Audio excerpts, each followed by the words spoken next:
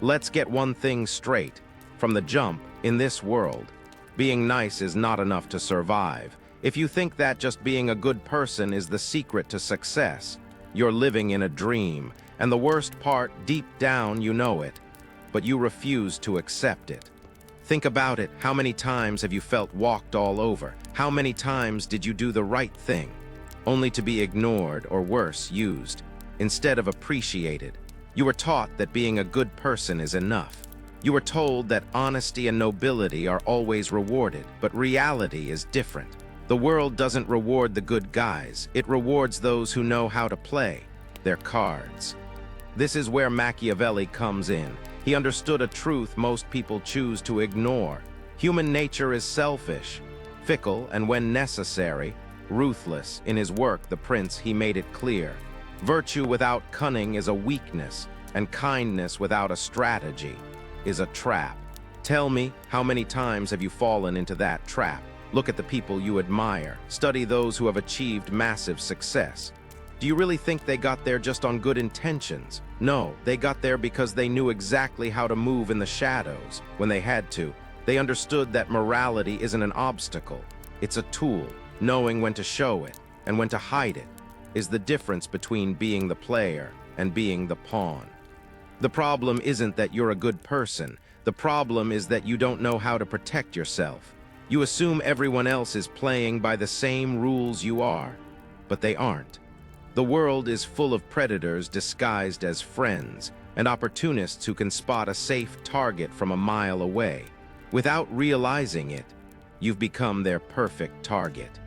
Machiavelli offers an alternative, strategic kindness. This isn't about becoming a villain. This isn't about throwing your principles away. It's about realizing that kindness must be backed by a clear-eyed understanding of reality. It's about learning to read people, sensing their intentions and knowing exactly when to trust and when to be cautious. He famously said that if you can't be both, it is better to be feared than loved. So what did you choose? Most likely, you chose to be loved. You chose to be accepted, to look harmless. But what has that actually earned you? Respect? Power? No, all it did was let people know they can use you without consequences. Kindness without strength doesn't inspire admiration. It inspires pity. Don't get me wrong, I'm not telling you to stop being a good person. I'm telling you to learn how to be good without being naive. Understand that the world rewards the calculated, not just the fair. Real virtue isn't about submission. It's about balancing your morality with strategy. Image is everything. It's not just about who you are, but how you are perceived. If you look weak, they'll treat you as weak. If you project strength, they'll show you respect. How many times have you let someone disrespect you just because you were afraid of losing their approval? How many times did you stay silent to avoid conflict, only to lose more than you gained? This isn't about being cruel, it's about being strategic. The key is knowing when to act, when to speak, when to pull back, and when to strike. Kindness is an advantage when used correctly, but left unchecked, it becomes your greatest enemy. The mistake most good people make is thinking the world values a pure heart. In reality, the world values power, security, and the ability to make hard decisions. Kindness only commands respect when it's paired with authority. If you have no power, your kindness is meaningless. Don't be a lamb in a world of wolves. Don't let your morality turn you into a slave.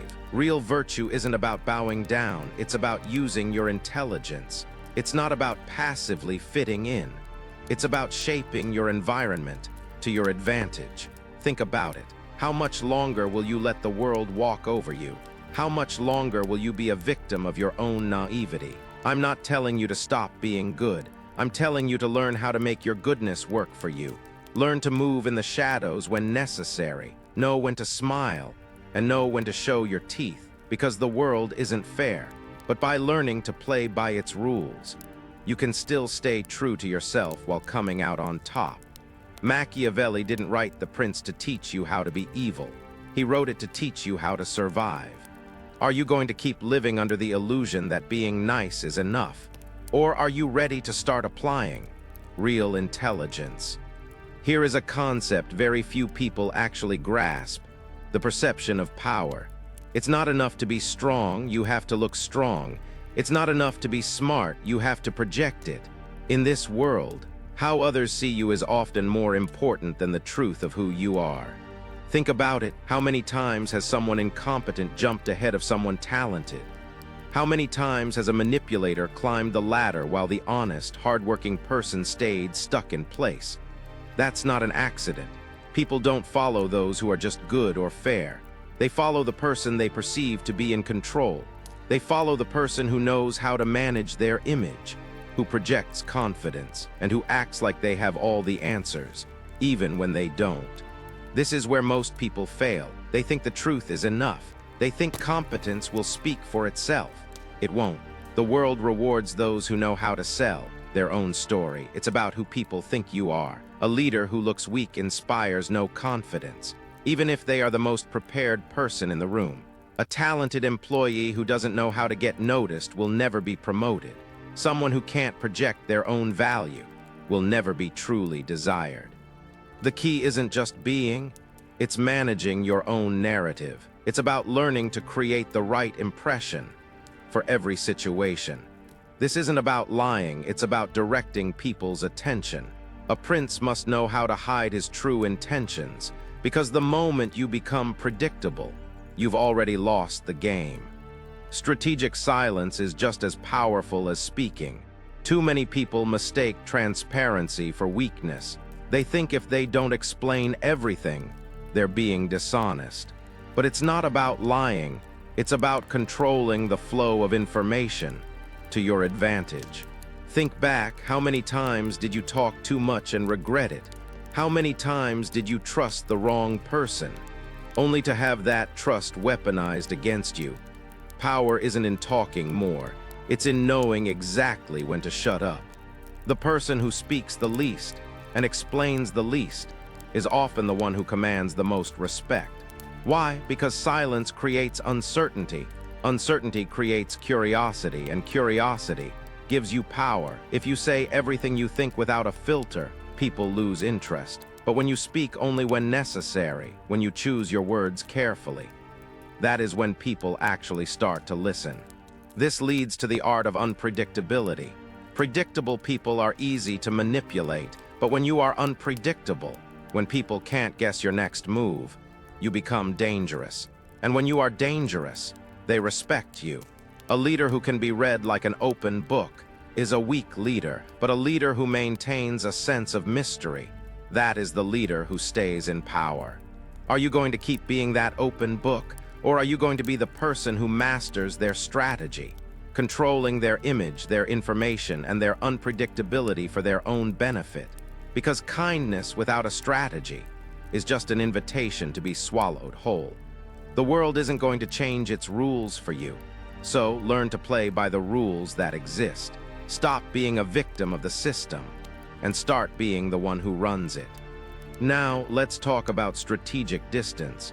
Most people think power means always being in the spotlight. It's actually the opposite. The more accessible you are, the less you are valued. Scarcity creates desire. Absence creates impact.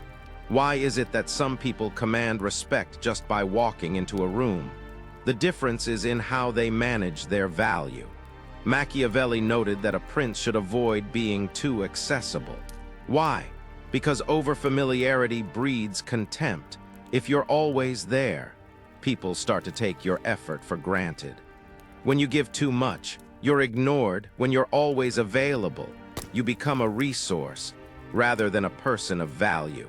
How many times did you give someone your all, only to get nothing in return? That's not a coincidence. It's human nature. What is abundant is cheap.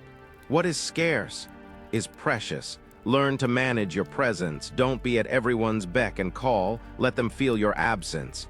Make them miss your presence. If the only way you're remembered is by constantly being in someone's face, you were never valuable to begin with. The people who leave a real impact are the ones who know how to manage the silence. They know when to retreat and exactly when to reappear. Finally, emotional control. Real mastery is the absolute control of your own emotions. The person who loses their cool becomes predictable, and what is predictable is easily manipulated. Whoever controls your emotions controls your actions. The key is to be unshakable in any argument, negotiation, or relationship. The one who holds on to their emotional control is the one who wins every single time.